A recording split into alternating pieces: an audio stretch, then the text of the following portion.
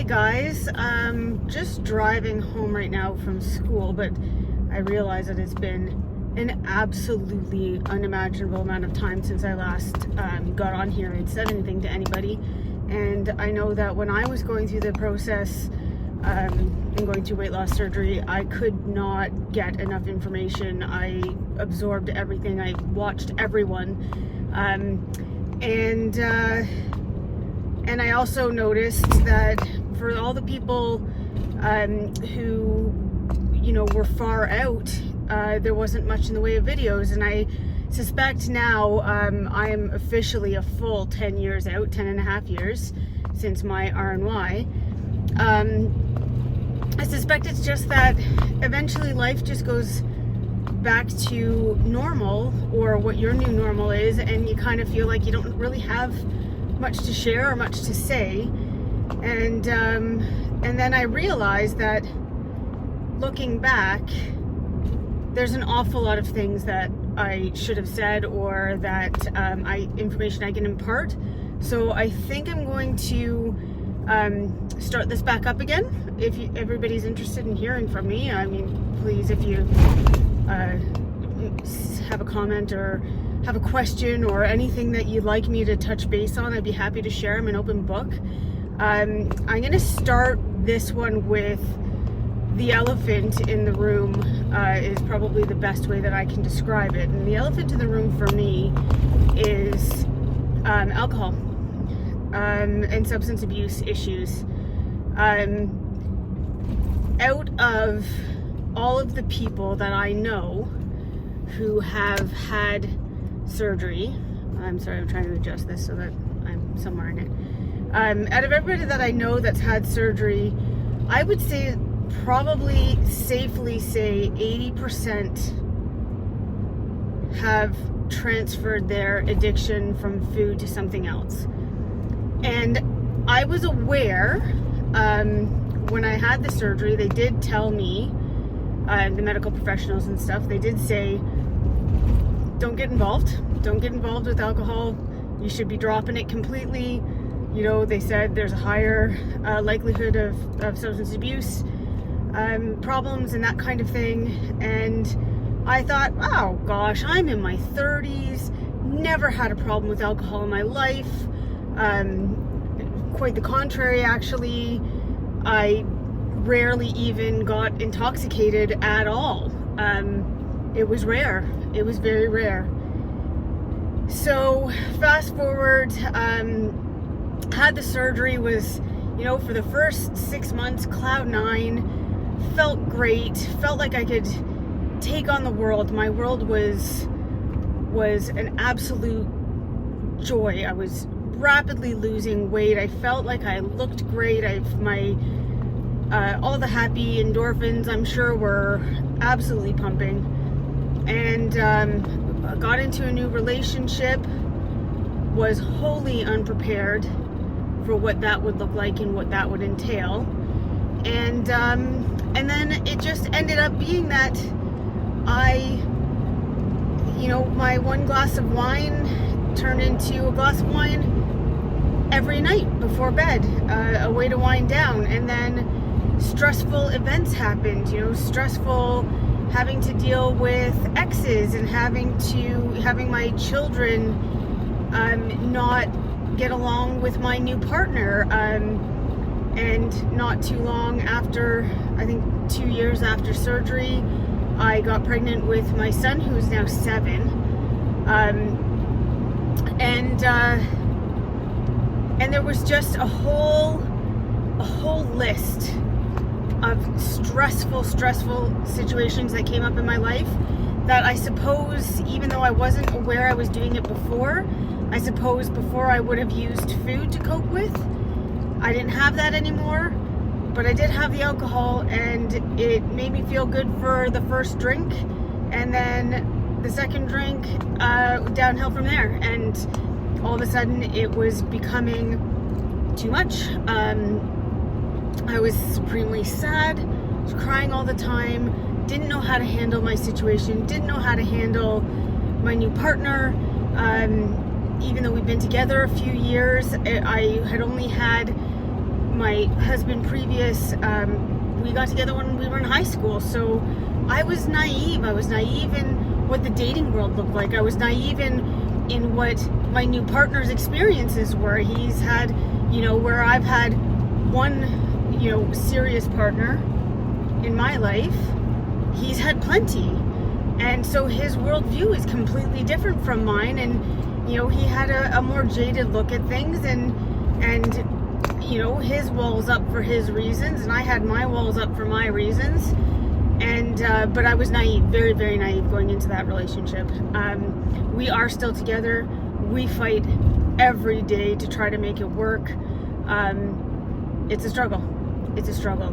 And it's not that either of us don't love each other. It's that we both have our own demons that we have to deal with. And there you have it, so we try our best to get it worked out. But having said that, to go back to the alcohol part, I very nearly lost myself to it. I just used it as a coping mechanism, and for anybody out there who thinks I won't ever, that's not me, it's not going to happen, please trust me, it can and it will. I have since gone through some therapy. I'm going back to school to become a mental health, addictions, and social services worker, because I think that there's a severe lack for those professions where I'm from in Ontario. So anyways, all of that to say, I didn't think that I had much in the way of trauma or childhood trauma or all the things that kind of lead you down those paths. I just kind of thought, hey, I'm fat because that's how my family taught me to eat. And I've since learned a lot about multi-generational trauma. I've since learned a lot about childhood trauma.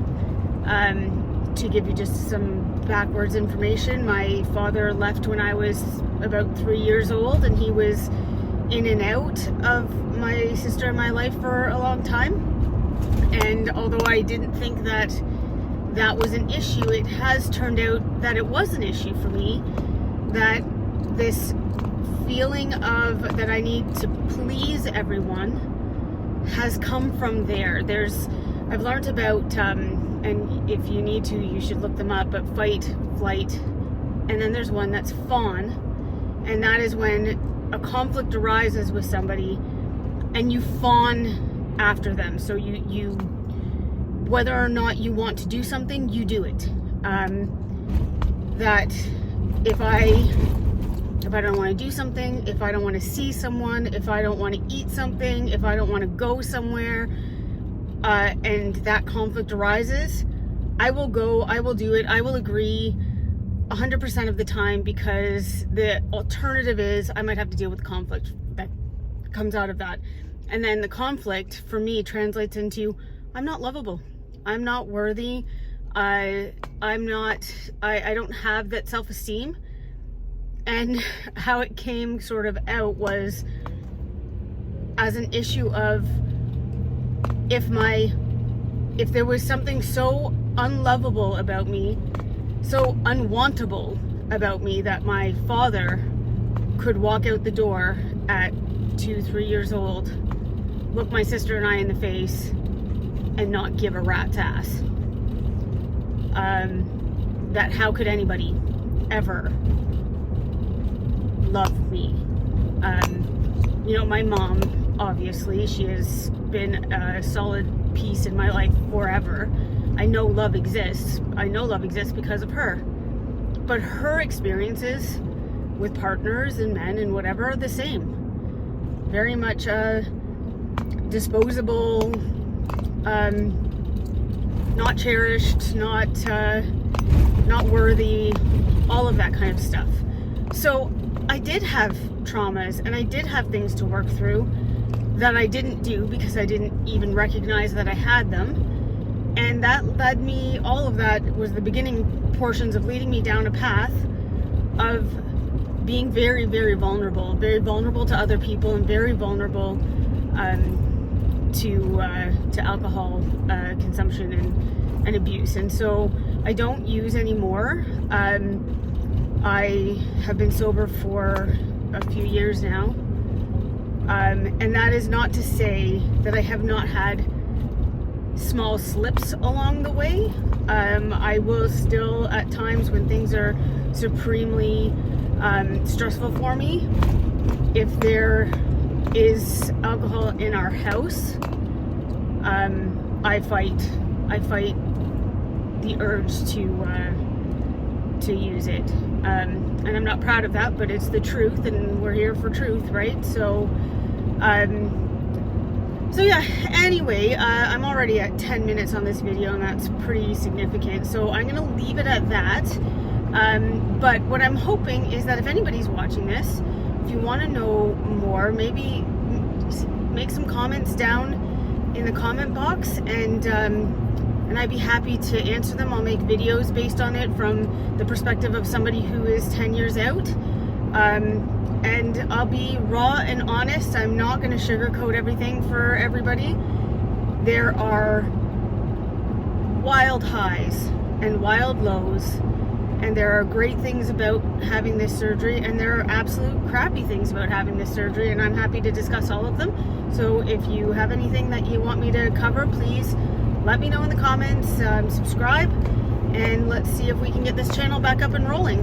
Anyways, it was nice to be back on here and say hi, and I'm sure that I'll see some familiar faces that I haven't seen in a long time, and if that's the case, well, nice to see you again, and let's catch up. All right, bye-bye.